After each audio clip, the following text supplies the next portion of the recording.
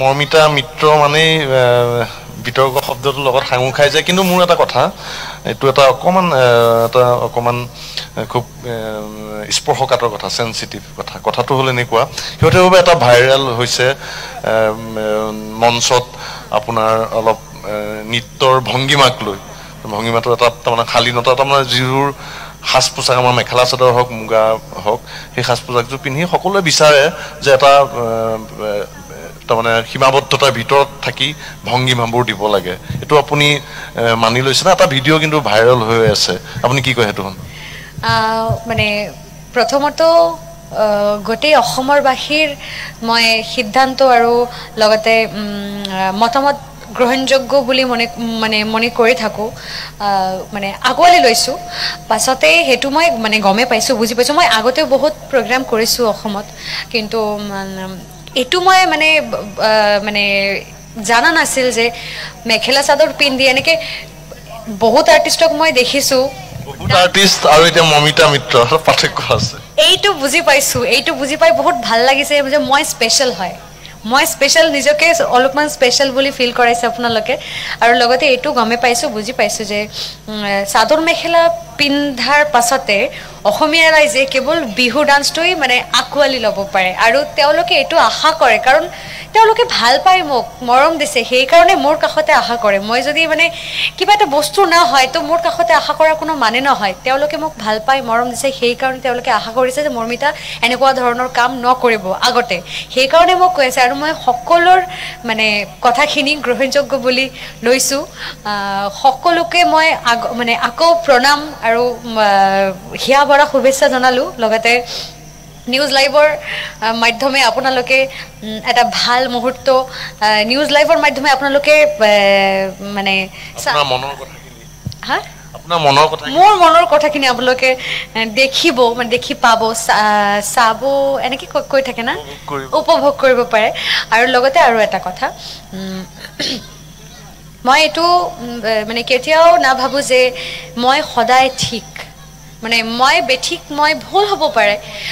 আৰু মানুহ মাত্ৰেই ভুল হ'ব পাৰে সেই কাৰণে মোৰ অজানিতে কিবা কিবি যদি ভুল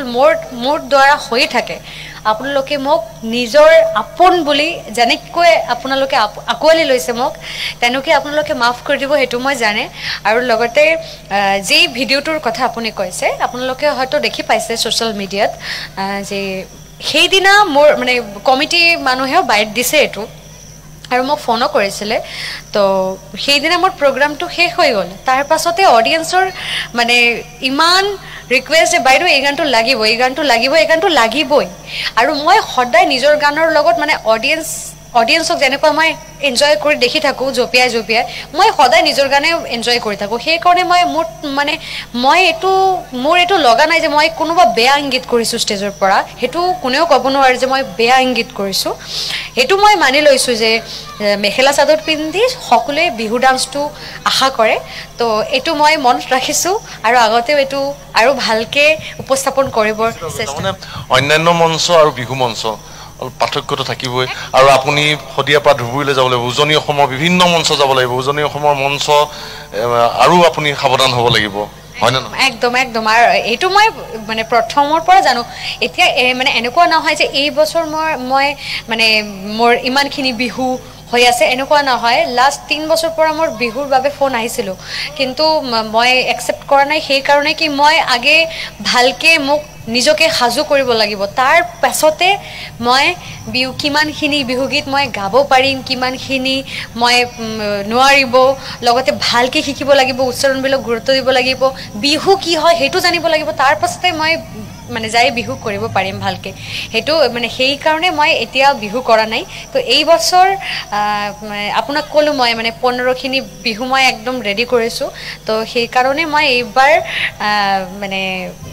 मतलब हम जंग में उतरे हैं इस बार सो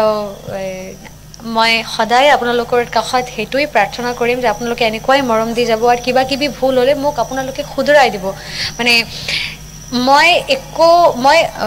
অসমীয়া সংস্কৃতি অসমীয়া কালচাৰবোৰ সেইবিলাক মই আকোৱালি লৈছো কিন্তু তাৰ পাছতে মানে ইমান খিনি বস্তু আছে যিবিলাক মই জানা মানে মই এতিয়াও না জানো আকৌ মানে আৰু জানিব লাগিব মোৰ আৰু জানিব লাগিব আৰু সেই দায়িত্বটো আপোনালোকক মই দিলোঁ যে আপোনালোকে জনাব মোক এনেকৈ সদায় মোক মানে মোৰ যে শুভাকাংক্ষী অসমতে যিমান শুভাকাংক্ষী আছে সকলোৱে মোক কৈ থাকে মৌমিতা এনেকুৱা কৰিবা এনেকুৱা নকৰিবা বেলেগ শিল্পী কৰিব পালে তুমি কৰিলে এইটো বিতৰ্ক হ'ব সেইকাৰণে তুমি এইটো নকৰিবা তোমাক লোকে ভাল ভাল কৈ থাকে যিমান লোকে তোমাক ভাল পায় সেই বেলেঞ্চটো সেই ৰেচিঅ'টো বঢ়াব লাগিব এনেকুৱা জানো নহয় যে 50% লোক তোমাক ভাল পায় 50% লোক তোমাক বেয়া পায় এনেকুৱা জানো নহয় 90% লোক তোমাক ভাল পাব 10% লোক বেয়া পাবই পাব সেইটো তুমি চেঞ্জ কৰিব নোৱাৰা কিন্তু তোমাক সেইটো সদায় বজাই ৰাখিব লাগিব একো অসুবিধা নাই ইমান চেলিব্ৰিটি নহয় মই বহুত সাধাৰণ মানুহ মই চেলিব্ৰিটি নহয় মই কেতিয়াও নিজকে চেলিব্ৰিটি বুলি ভাবা নাই চ' এতিয়া আৰু এটা কথা মই এইবাৰ প্ৰথম বিহু কৰিছোঁ চ' আগতেই ক'লোঁ মোক ভাল পোৱা মোক মৰম দিছে অসমৰ ৰাইজৰ কাৰণে যিমান মানুহ মোক ভাল পোৱা মৰম দি গৈছে আশীৰ্বাদ কৰি আছে এতিয়াও সেই মানুহবিলাকৰ কাৰণে মই গাই আছোঁ আগলৈ গাই যাম তেওঁলোকে খালি এটা কথাই কৈ আছে এলিগেশ্যনটো আনিছে বাউন্সাৰে কিবা অভদ্ৰামি কৰিছে কিন্তু যিটো শব্দ মই আপোনাৰ মিডিয়াৰ আগত ক'ব নোৱাৰোঁ ছোৱালী হ'ল বুলিয়ে বাউন্সাৰ হ'ল বুলিয়ে এই অসমীয়া ছোৱালী কেইজনীক যিটো ভাষাই দি ব্যৱহাৰ কৰিছে সেই ভাষাটো মই আপোনালোকৰ মিডিয়াৰ আগত কেতিয়াও ক'ব নোৱাৰোঁ আৰু তেওঁ নিজে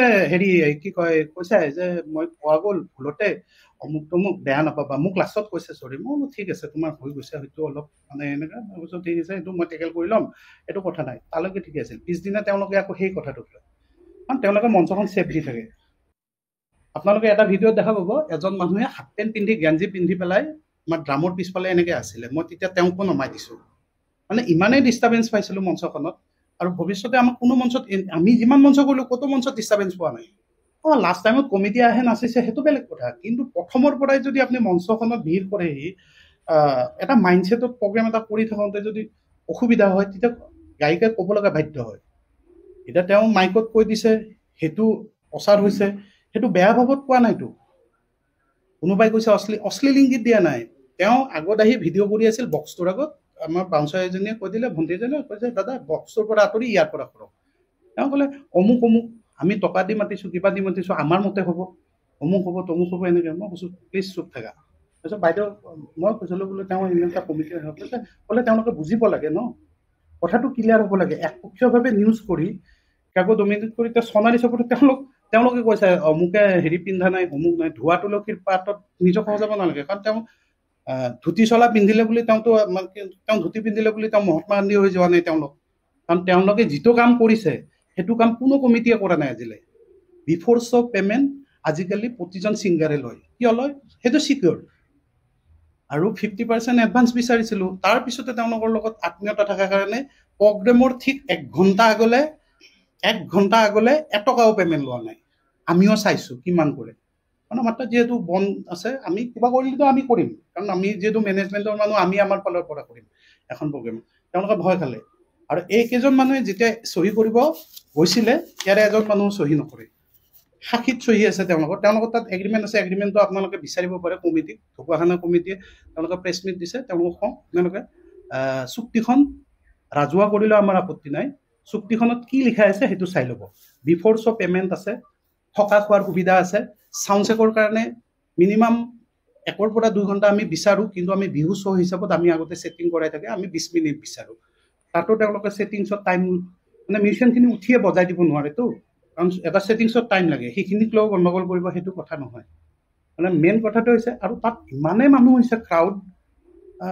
মেবি 20,000 কাৰণ কমিটিয়ে কণ্ট্ৰল কৰিব পৰা নাই জেগাটো সৰু আছিলে বজাৰৰ গৃহ চাৰিওফালে আৰু গাড়ী সোমাবলৈ জেগা নাই আৰু মানে তেওঁলোকৰ সেইটো দোষ নহয় তেওঁলোকৰ দোষটো হ'ল তাৰমানে কেনেকুৱা ইমানখিনি ধুনীয়াকৈ কৰি পেলাই লাষ্ট টাইমত তেওঁলোকে যেতিয়া মোৰ মানে